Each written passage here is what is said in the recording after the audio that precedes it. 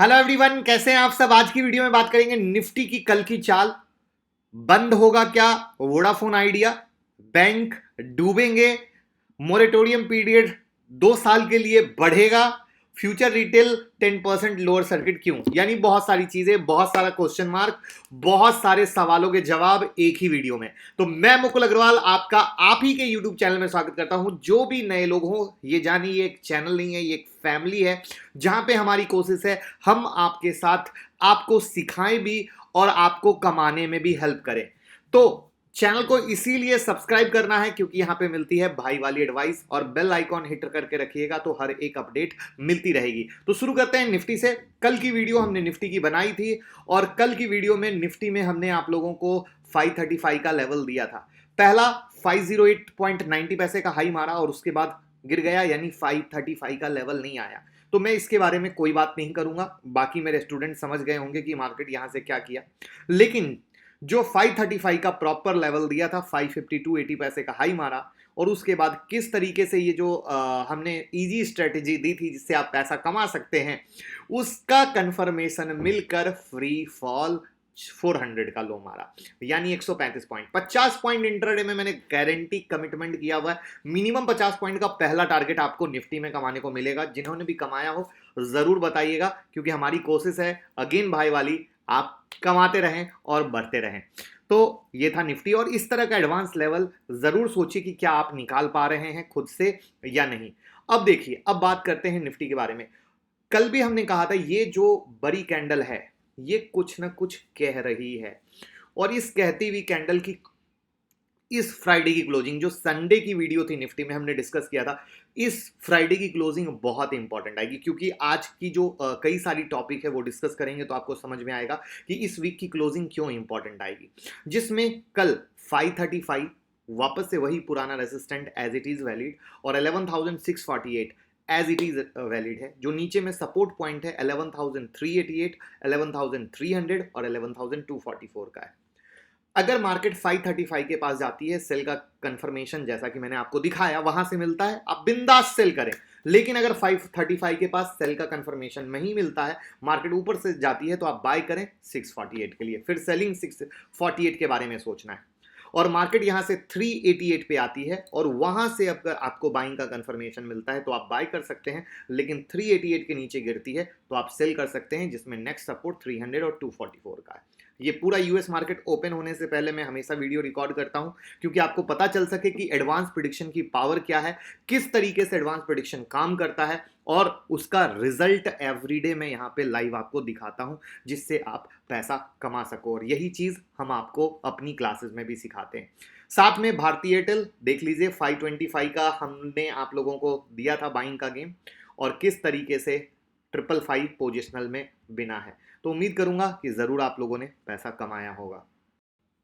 अब देखिए, Vodafone idea क्या बंद हो जाएगी, जानते हैं। सुप्रीम कोर्ट ने एजीआर बकाया मामले में अपना फैसला दे दिया। इसमें टेलीकॉम कंपनी को भुगतान के लिए 10 ईयर्स का समय दिया। यह समय सीमा 1 अप्रैल 2021 से शुरू होगी, और कोर्ट ने कहा अगर कंपनियां इस दौरान पेमेंट में देरी या डिफॉल्ट होती है, उन्हें ब्याज और पेनाल्टी दोनों भरना पड़ेगा। लास्ट एजीआर केस अपडेट की जो वीडियो बनाई थी, हमने एक चीज कही थी कि इंटरनल सोर्स से हमारे पास पर्सनली न्यूज है कि सुप्रीम कोर्ट टाइम देगी, और टाइम दे दिया। जिन्होंने वो वीडियो देखी और बात मिल गई हो तो लाइक का बटन दबाइएगा, जिससे हौसला मिले और ऐसे ही इंटरनल खबरें शेयर करते रहें। अब देखिए, सुप्रीम कोर्ट के फैसले के मुताबिक एजीआर की जो टोटल रकम है उसका 10% हिस्सा 31 मार्च 2021 तक चुकाना है, और इसके साथ ही हर साल एवरी ईयर 7 फरवरी को टेलीकॉम कंपनियों को एजीआर की तय रकम का पेमेंट करना होगा।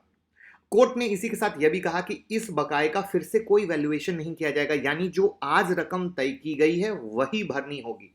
अब यहां पे ध्यान दीजिएगा कि एजीआर की सबसे ज्यादा जो बकाया रकम है वो वोडाफोन आइडिया पर है, कुल 50,400 करोड़, और भारतीय एयरटेल पर 26,000 करोड़ बकाया है।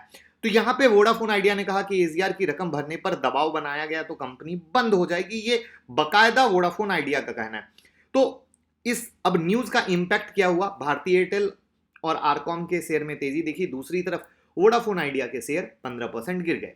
अब यहां पे ध्यान से सुनिएगा, एक्चुअली जो ये सुप्रीम कोर्ट में केस चल रहा था, एजीआर से शुरू हुआ था, स्पेक्ट्रम मामले तक बात पहुंची थी, लेकिन आज के इस फैसले में स्पेक्ट्रम मामले के बारे में सुप्रीम कोर्ट ने कहा कि सुप्रीम कोर्ट ने एनसीएलटी को कहा कि वो आईबीसी प्रोसेस के तहत स्पेक्ट्रम मामले को देखे, क्योंकि आपको पता है जब सुप्रीम कोर्ट इस स्पेक्ट्रम के मामले के बारे में जिक्र कर रही थी तो कई बार बात ऐसे आ रही थी कि स्पेक्ट्रम मामले में एयरटेल और जियो को भी पैसा भरना पड़े, लेकिन वो बात जो गायब हो गई, ये एक बहुत ही सरप्राइजिंग एलिमेंट है। कहां लगातार आप हर तरीके से डंडा बरसा रहे थे और कहां फाइनल स्टेटमेंट में इस बात को एनसीएलटी पे आपने लाके छोड़ दिया। तो ये एक बहुत सरप्राइजिंग एलिमेंट है मेरे लिए और आपके लिए भी, क्योंकि जो भी लोग इस केस को प्रॉपर ट्रैक कर रहे होंगे उन्हें जरूर ये सरप्राइजिंग लगा होगा।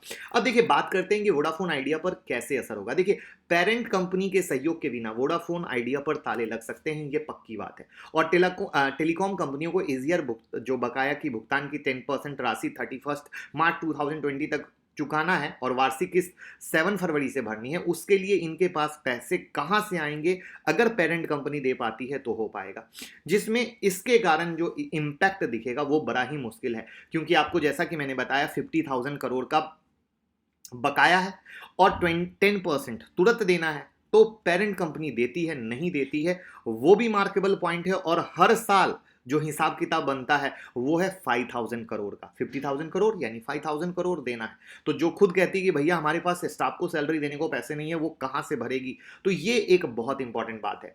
और क्योंकि एयरटेल झेल लेगा इसलिए एयरटेल में आपको तेजी दिखी, और क्योंकि मार्केट जानता है कि वोडाफोन आइडिया फाइनेंस से झेल रहा है इसलिए उसमें पैनिक सेलिंग दिखी। अब मुझे लगता है कि कुछ ना कुछ तो रास्ता निकलेगा, क्योंकि इंडिया में 3 कंपनी रहे ये सरकार भी चाहती है, तभी वो कोर्ट से 20 ईयर के समय को मांग रही थी। लेकिन देखना है किस तरीके से होता है।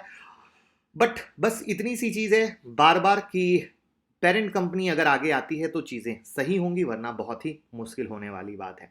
तो नजर रखेंगे और time to time Telegram Twitter पे ऐसी खबरों को हम अपडेट करते रहेंगे। अब बात आता है मोरेटोरियम पीरियड 2 साल के लिए बढ़ेगा, और बढ़ेगा तो बैंक पे क्या इंपैक्ट होगा। देखिए लोन मोरेटोरियम बढ़ाने की बात हो रही थी, चाहे वो आम जनता कर रही हो, कॉर्पोरेट कर रहे हो, तो उसमें सुप्रीम कोर्ट से अच्छी खबर आ सकती है। तो सेंट्रल गवर्नमेंट ने मंगलवार यानी आज सुप्रीम कोर्ट में कहा कि लोन मोरेटोरियम की सुविधा को 2 साल के लिए बढ़ाया जा सकता है। और सेंट्रल गवर्नमेंट की ओर से बेंच के सामने पेश हुए जो सॉलिसिटर हैं तुषार मेहता, उन्होंने कहा लोन मोरेटोरियम को 2 साल के लिए बढ़ाया जा सकता है, और इसके लिए उन्होंने हल्फनामा मंडे को जमा कर दिया था। इस पर बेंच ने कहा उन्हें कोई हल्फनामा नहीं मिला है, और इसके बाद बेंच ने मामले की सुनवाई स्थगित कर दी। और अब वो कब होगी? कल वेडनेसडे को, ध्यान से समझिएगा। और ब्याज माफी पर भी सुनवाई कल सुप्रीम कोर्ट में होने वाली है, क्योंकि 6 महीने की मोरेटोरियम अवधि की ब्याज माफी को भी लेकर याचिका डाली गई है, और इस मामले की भी सुनवाई होगी। और इस मामले में भी बेंच ने सेंट्रल गवर्नमेंट से जवाब मांगा है, और आज इस पे कोई सुनवाई नहीं हुई। तो यानी मंगलवार को जबरदस्त घमासान होने वाला है। और कुछ लोग कहेंगे कि ये लोन मोरेटोरियम क्या है, तो जान लीजिए कोरोना को देखते हुए आरबीआई ने मार्च में 3 महीने की सुविधा दी थी, 1 मार्च से 31 मई तक। बाद में आरबीआई ने इसे 3 मंथ और बढ़ा दिया था, तो 31 अगस्त को ये खत्म हो गया, यानी टोटल 6 महीना दिया था। अब अगर सुप्रीम कोर्ट इसको आगे बढ़ाता है तो मिलेगा, वरना 1 सितंबर से आपको भुगतान करना पड़ेगा। जबकि अब यहां पे जो मास्टर स्ट्रोक ये है कि बैंक लगातार कह रहे हैं, हर एक बैंक, कि भैया ये बढ़ना नहीं चाहिए वरना बैंकों की हालत खराब हो जाएगी। सारे के सारे बैंक बहुत क्रिस्प और क्लियर बोल रहे हैं। एसबीआई तक ने बोला है, एचडीएफसी बैंक तक ने बोला है, क्योंकि अगर ऐसा हुआ तो बैंकों का एनपीए बढ़ेगा। तो कल अगर ऐसा होता है तो डेफिनेट बैंक और एनबीएफसी सेक्टर पर बड़ा निगेटिव इंपैक्ट देखने को मिलेगा। यानी जैसे आज मार्केट इंपॉर्टेंट था वोडाफोन आइडिया के हिसाब से, वैसे ही कल बैंक और एनबीएफसी के हिसाब से बहुत इंपॉर्टेंट रहेगा, क्योंकि यहां पे 2 चीज बहुत इंपॉर्टेंट आती है। पहला, क्या ये माफी सिर्फ कॉर्पोरेट के लिए निकल के आती है? क्या ये माफी नॉर्मल पब्लिक के लिए भी निकल के आती है? अगर कॉर्पोरेट पे आया तो कहीं ना कहीं चीजें एक संभल जाएंगी या कॉर्पोरेट लेवल तक रह जाएगा, लेकिन अगर नॉर्मल पब्लिक के लिए आया तो फिर बैंक पे एक बड़ा इंपैक्ट देखने को मिल सकता है। तो ये पिक्चर कल दिखेगी कि बैंकों का भविष्य कल तय होगा। तो याद रखिएगा, कल बहुत ही आंख नाक कान खुले रखकर ट्रेड कीजिएगा, वरना चीजें गड़बड़ हो सकती है। फ्यूचर रिटेल में 10% का सर्किट क्यों लग गया, सब लोग पूछ रहे थे। क्योंकि एफपीआई ने 9.5 million equity share open market में मंडे को बेच दिया।